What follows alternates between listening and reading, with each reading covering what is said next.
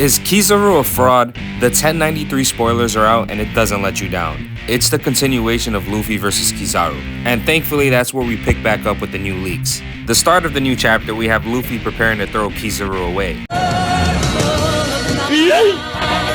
And while the fight is going on between the two, Atlas is going towards the lower zone to change Kizaru's order to the pacifistas. I swear, I can't even count how many times this arc, the orders to the pacifistas and the seraphims have been changed. It seems like the people who need the most freedom in this world is these guys.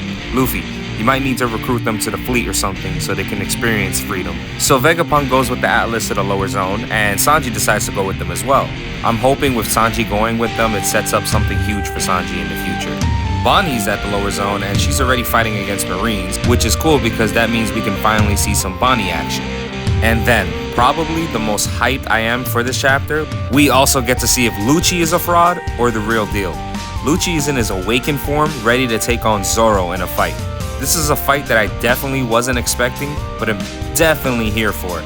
Woo! Yeah, baby! That's what I've been waiting for. That's what it's all about.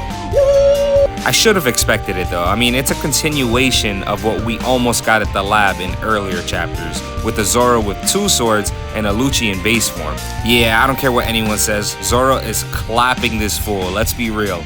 I can already see a lot of fans bringing up the topic: if base Zoro is fighting against awakened Lucci, then why did Luffy need to use Gear 5 as soon as the battle started between Lucci and himself? And I got your answer right here, because Luffy is him and can flex whenever he wants to with his powers.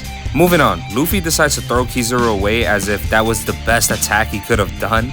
Luffy, you've seen how fast Kizaru can move last chapter, and you still decide to throw him? Why not start slamming him on the floor repeatedly or swinging him around really fast? Can you imagine Luffy pulling one of these to Kizaru? Impossible! You gotta be kidding me! Oh my god! Oh my god! That is the most amazing! Alright, so Kizaru is thrown, but comes back in even deadlier force. I'm not kidding. You thought one Kizaru was bad? How would you feel if I told you Kizaru said,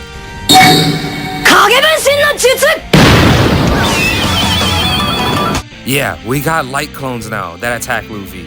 Just seeing this alone tells me Kizaru is not a fraud. Stop the Admiral slander, because Kizaru is one not to be fucked with, and this fight could get nasty real fast. What a broken ability from a broken character. Kizaru now prepares to attack the island's transport tubes while I imagine the clones are occupying Luffy.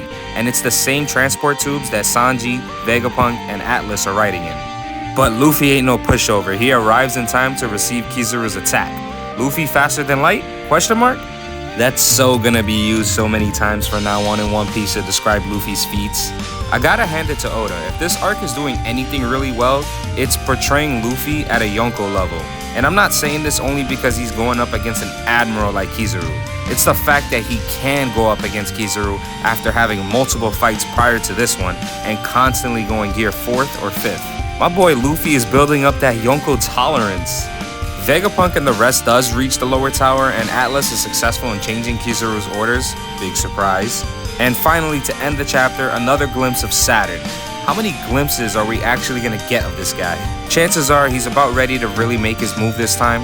Hopefully. He does have the highest controls over the pacifistas and the seraphims, so I wouldn't be surprised if by any second he flips that switch, because the guy has gotta be running out of patience by now. Especially with the constant flips in the programming, he's had enough. The question is, who will we see him try to attack first? Who do you guys think?